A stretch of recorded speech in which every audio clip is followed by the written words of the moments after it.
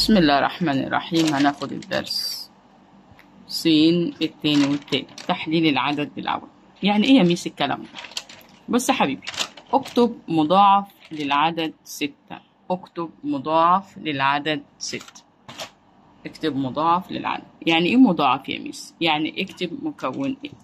جدول الضرب بتاع 6. ابتدي كده في 6 في 2 ب12، يبقى ال 12 مضاعف. 3 في 6 18 مضاعف. 4 في 6 ب24 مضاعف. 5 في 6 ب30 مضاعف، وهكذا. هو ده المضاعف يا ولاد، جدول الضرب. طب لو قال لي عوامل، لا، عوامل هات الأرقام بقى اللي تتضرب. يعني ال15 كام في كام؟ 3 في 5، وعندي 15 في 1. خلاص كده. الدرس بتاعنا بقى شجرة العوامل. بنحلل الأعداد الأولية الغير أولية لأعداد أولية. طب تعالوا مع بعض نشوف ايه هي الأعداد الأولية عشان نحفظها. الأعداد الأولية اللي هي 2 3 5 7 11 13 17 19 23. ليه يا ميس؟ لأن الأعداد دي ملهاش أرقام في جدول الضرب غير إنها بتضرب في واحد بس. تتضرب في واحد بس. تعال نشوف السؤال بتاعنا بيقول إيه. تحليل العدد إلى عوامله الأولية باستخدام شجرة العوامل. هناخد العددين 12 و16. ادي 12 وادي 16. سهلة ومفيش أي حاجة يا ولاد. ال 12 دي يا ولاد كام في كام؟ يعني انت عايزة كام في كام يدينا 12؟ يا حبيبي ماشي. في 3 في 4 وفي 2 في 6 في 12 في 1. لا مش عايزة 12 في 1 أنا. ما انت عايزة ايه يا مس؟ هناخد 3 في 4. 3 دي عدد أولي يا ميس؟ عدد أولي، ماليش دعوة بيه، سيبه بقى خلاص. نفك ال4. ال4 كام في كام يا جميل؟ ال4 2 في 2. نكتبها. تعالى نكتب. ادي ال 12 بتساوي، خد آخر حاجة عندك في المربع، 3 في 2 في 2. 3 في 2 في 2. اوعى تكتب 4، ال4 عدد مش أولي. خلاص ادي 3 في 2 في 2. تعال نفك ال 16 وبنظام كده، وخلي حاجتك حلوة زيها. يلا نفكها. 16 في 2 في 8 في 4 في 4، صح كده؟ ناخد 2 في 8. ادي 2 وادي 8. مين اللي هنفكه، الاتنين ولا ال8؟ هنفك ال8 عشان الاتنين عدد أولي. نفك ال8. 8 كام في كام يا جميل؟ اللي حافظ جدول الضرب الشاطر. 8 2 في 4. طب هتفك الاتنين ولا نفك ال4؟ لا يا ميس هنفك ال4. فك ال4. 2 في 2. يبقى لما اجي اكتب ال16 اكتب بالترتيب كده وتحت بعض. 2 في 2 في 2 في 2. بس انا ما عنديش 3، حط شرط في. ادي 2. حط ايدك كده وانت بتكتب. في 2 في 2 في 2. نشد كده يا ولاد ونعملها مرة تاني نكتبها عشان هنعمل حاجة جميلة زيها.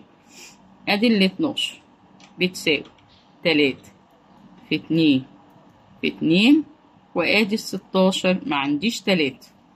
ما عنديش 3 مروحة معلش. عندي كام 2 في ال16؟ 4 اتنينات. اكتبهم وشد خط كده يا جميل. طيب انا عندي الميم ميم الف والعين ميم الف، عامل مشترك ومضاعف مشترك. الكلام ده احنا خدناه السنة اللي فاتت في سنة رابعة. طيب تعالى نشوف العين ميم الف. انا تملي بقول عليه راجل محترم قوي. العين ميم الف بياخد المشترك بس. بياخد المشترك بس. يعني ادي 2 مشترك وادي 2 كمان مشترك، موجود تحت وموجود فوق. يبقى 2 في 2 بيديك كام؟ 4. ده العامل. طب والمضاعف يا ميس؟ عشان كده انا عملتهولك. المضاعف بياخد مشترك وغير مشترك. بياخد مشترك وغير مشترك. يعني هناخد من 3 والصف ده 2 والصف ده 2 والصف ده 2 والصف ده 2. ماشي يا مس. ناخد عددين. 2 في 3 بكام يا جميل؟ 6. 2 في 2 ب4 في 2 ب8. يبقى احنا هنضرب 6 في 8 يديك 48. تاني نحل واحدة كمان. واحدة كمان. ركز حبيبي أنا عملت إيه؟ دي كده شجرة العوامل. حطيت العدد هنا وهنا. ابتديت أحلله أو أعمله ضرب. 3 في 4 وبعدين أفك ال4. 16. 2 في 8 فك ال8 فكينا ال4. أهم حاجة إنك تظبط الأرقام تحت بعض. أنا ظبطتها. دي زي دي بس العامل غير المضاعف. الميم ميم ألف ده مضاعف مشترك وده عامل مشترك. اللي أوله عين بياخد المشترك بس. اللي أوله الميم بياخد من كل الأعداد رقم واحد بس ونضربهم في بعض. يبقى احنا دلوقتي الأعداد 4 و8 و40. كده احنا طلعنا العامل وطلعنا مين؟ المضاعف. ركز معايا يلا.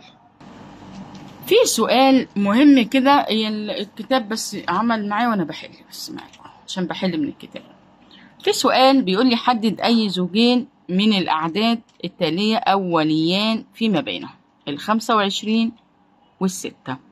تعال نحلل 25 ونحلل 6 ونشوف لو طلع معاهم عامل مشترك ونشوف هنقول امتى أوليان فيما بينهم. يلا مع بعض. ركز حبيبي عشان في جملة هنقول أوليان فيما بينهم. هنفك 25 ونحللها. ادي 25 وادي 6. 25 يا ولاد هي عبارة عن 5 في 5. 25 في جدول الضرب يعني 5 في 5 اهي 5 في 5. طب والستة يا مس؟ 6 يا حبيب قلبي انت حافظ الجدول كويس وعارف ان ال6 كام؟ 2 في في 3. اكتبي الاتنين الاول مش فارق يا بابا. اكتب هنا 5 في 5. رص كويس يلا مع بعض. هرصها ازاي يا مس؟ حطي الارقام. وده عنده 5 لا ولا عنده 5 تاني اهو. في احط 2 في في 3. ركز كده حبيبي. في حاجة مشتركة عشان اجيب العين ميم الف. لما ما يكونش فيه مشترك فانا بقوله العين ميم الف هنا بيساوي 1. لما يطلع 1 اقوله العددين اقول له كده العددين 25 وال6 اقول له اوليان فيما بينهما. وصلت؟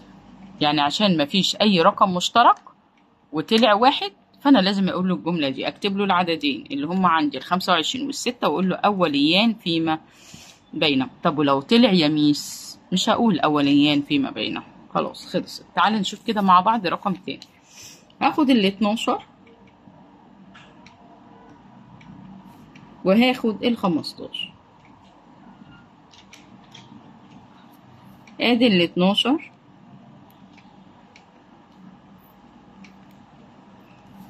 يلا مع بعض نفكر. ال 12 3 في 4. هنفك ال4 كالعادة عشان ال4 عدد مش أولي يعني 2 في 2. يبقى ال 12 بتساوي 3 في 2 في في 2. طيب ناخد اللي بعده. ال 15 3 في في 5. عندي 3 يا ميس بس اكتبي ال 15 يا ميس ما تستعجليش. حاضر. ادي 3 في عندك 2 شرط في شرط في مين يا حبيبي؟ ال5. علشان اجيب العين ميم الف. مين مشترك يا ولاد؟ ال3. في الحالة دي انا مش هقدر اقول ان العددين 12 و15 ان هما اوليان فيما بينهما. ده الشرط ان انت لما العين ميم الف يطلع معاك في العامل بتاعك 1. الكلام ده احنا خدناه السنة اللي فاتت. نقول ان العددين اوليان فيما بينهم. هما مش اعداد اولية بس اللي ما بينهم. انما عندك العددين 12 و15 ليس اوليان فيما بينهم. تعالوا ناخد عددين تاني ونحل مع بعض ونشوف. حلل ركز كده معايا يلا تاني. هنحل السؤال. حلل الأزواج الآتية لعواملها مستخدم شجرة العوامل. مفيش أي مشكلة يا ولاد. هناخد نحلل ال 10 و 15 أهي، وهنحلل ال9 وال12. ما قاليش أولي فيما بينهما ولا طلب أي حاجة. كل الحكاية إحنا هنفك ونجيب العين ميم ألف والميم ميم ألف، والكلام ده على فكرة مش جديد عليك، ده كان موجود معانا السنة اللي فاتت. ادي ال15 يا جميل، وادي ال10.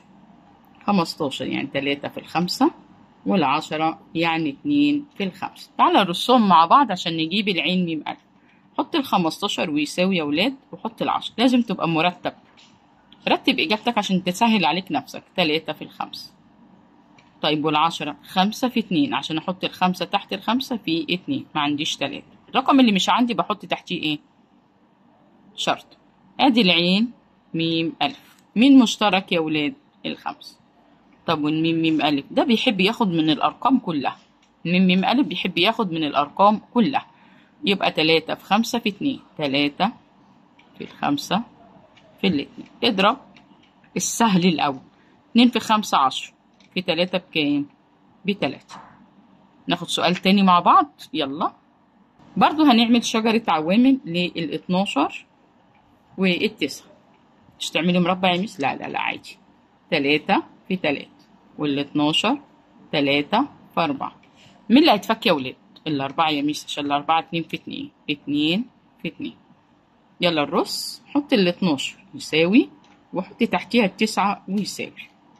ال12 خدناها 3 في 2 في 2. 3 في 2 في 2.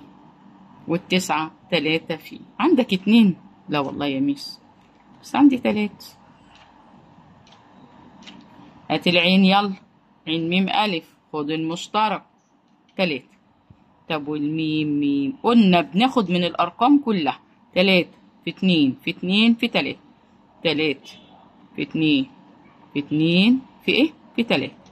2 في 3 6، و2 في 3 ب6. 6 و6 6 في 6 ب6 و30. لايك وشير حبيبي عشان يوصل لك كل جديد في الجزء الثاني من الدرس.